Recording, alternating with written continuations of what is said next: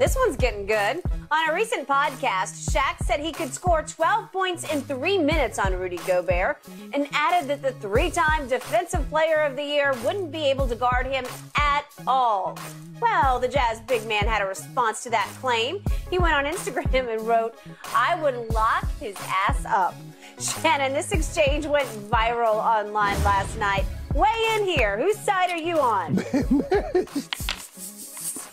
Man, Shaq will kill Rudy Gobert. I'm talking about prime Shaq. I'm talking about 92 to 2003 Shaq. Man, Rudy, do you realize you gave up 42 points to Ben Simmons? Shaq would have a Wilt Chamberlain. Well, Shaq might get 100 points on Rudy Gobert. He might. And I don't want him to foul out. Rudy can have as many fouls as he wants. Shaq gonna dunk on Rudy's head probably like 15 times and then hit him with that jump stop hook about another 12 times. Look, I get it, Rudy. I ain't got no problem with Rudy sticking up for himself because sometimes Shaq be coming for him. I get it. But you're not finna see no Shaq. Shaq is eating the lunch of way better defensive centers than you. I think Elijah Wan is a better defensive center and a better overall center because he has no offensive game. Yep. Rudy Gobert is just that's why he becomes a liability in the fourth quarter when teams play small lineup because he gives you nothing on the offensive end because he has no post game. But he ain't finna see Shaq. I would have said, you know what? Hey, I got the utmost respect for Shaq. Shaq is an all-time great player. We'll never see how this thing's gonna pan out, but don't nobody think in their right mind that Rudy Gobert, the way Rudy Gobert is right now, could see Shaq in his prime. Zero chance that happened. Shaq gonna score at least 40. At the bare minimum, he would get 40 on Rudy. Yep, which is why, Rudy, you gotta wake up, you gotta wise up, and you gotta shut up and give it up because you are nothing but a finesse defender. You are a fake tough guy. Yeah. I'm sorry because I see too many drivers of the basketball who are 6'2". They just go right up into you. And dunk on you. I don't know what you're thinking. I know you got to sort of defend your honor in social media, but you are barking up the biggest, wrongest tree you've ever barked up on this one because I have told you, Mr. Sharp, Shaquille O'Neal, all those finals and all those games that I covered, he was the most dominating offensive force in the history of this league. And I know he was a big, bad center of a man, but he was a dancing bear. You want to talk about athletic? When he was in some semblance of shape? No, yeah, early, Skip. Even as athletic as you see Joel and how Joel moved, he couldn't move like Shaq. Not like Shaq. Dancing bear of a man who could wheel and deal like nothing I've ever seen. He was impossible to referee because it was block charge. I don't know. He just played football because he just blew people out. And I was there in that 2001 Western Conference Finals, my Spurs against that guy. Yeah. And it was double jeopardy because it's David Robinson and Tim Duncan trying to stop him, and he just ragdolled both of them. Yeah. Just get out of my way. I'll throw you up against the wall.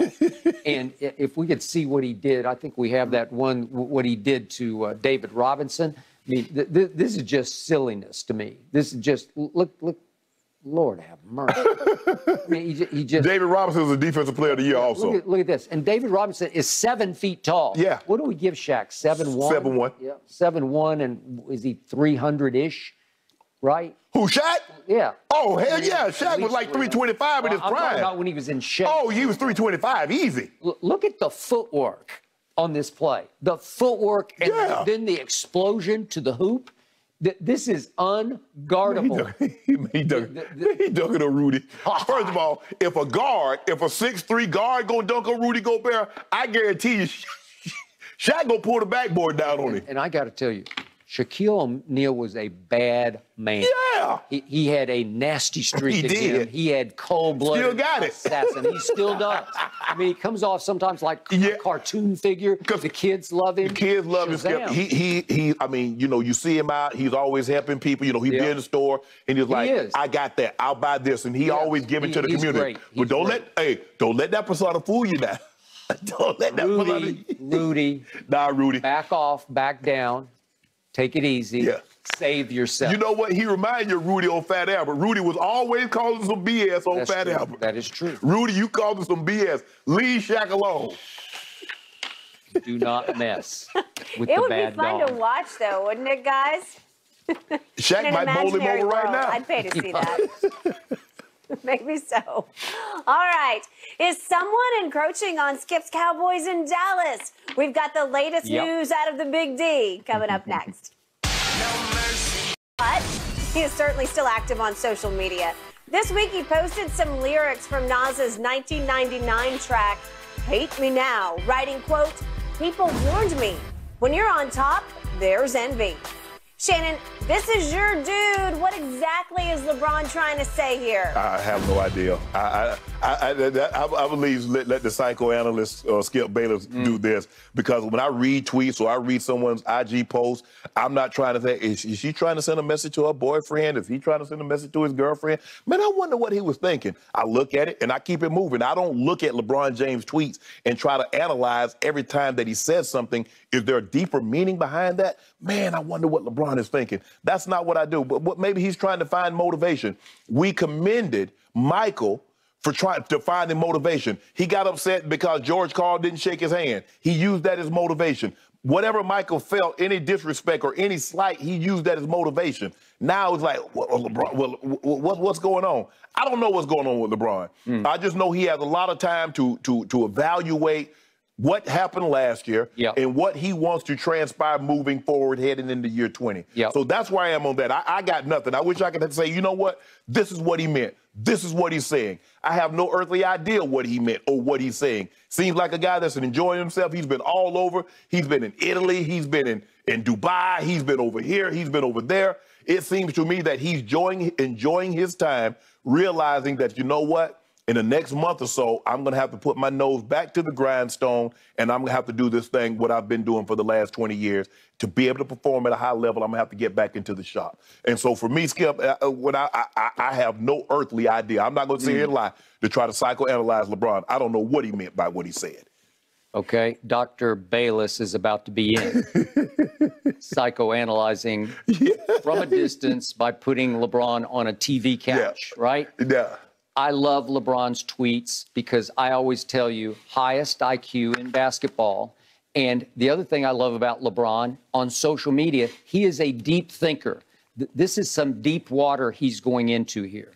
Okay, first a little background. I don't know if you remember the song. I just liked the track in 1999 from Nas. And again, LeBron quoted just one line from a long song. It features Puff Daddy, and Puff just sort of takes over the whole thing, and he took over the music video. And I don't know if you remember this, but there's huge controversy because Puff is carrying Jesus's cross and getting crucified, and then there was big controversy about how he didn't want that scene left in the music video for MTV, and somehow it accidentally got left in, and it caused all kinds of fallout on both sides. And we can understand why. Okay, we can understand why. But I read a little blurb today from Puff's biographer who said that the thrust of this song is an angry young rapper battling jealous critics. Okay, so that's the thrust of what we got going on here. And the hook for the song says, "You can hate me now, but I won't stop now because I can't stop now." Right. Well, that's the essence of LeBron right now. But where is the hate coming from? Because you always say, I'm the king of the haters. And I always say, well, am I alone or am I just another voice? Because LeBron is hearing a lot of hate. I don't know how much he reads his his mentions on social media, but I think he's experiencing from some direction a lot of anti right now, right? Of course. Okay, well, do you think it's getting to him? Because he's firing back at whom? I just think the thing is, Skip, is that when you say what I've accomplished is what I've accomplished and I did what I did, obviously they didn't make the playoffs, but you look at what he's been able to do and people still find fault. Even though he won a championship, they find fault. He does something spectacular, they find fault. And it's like, okay, he's going to become the all-time leading scorer. Well, it's a longevity record. Well, hell, Kareem played 20 years. How the hell you think Kareem got the record?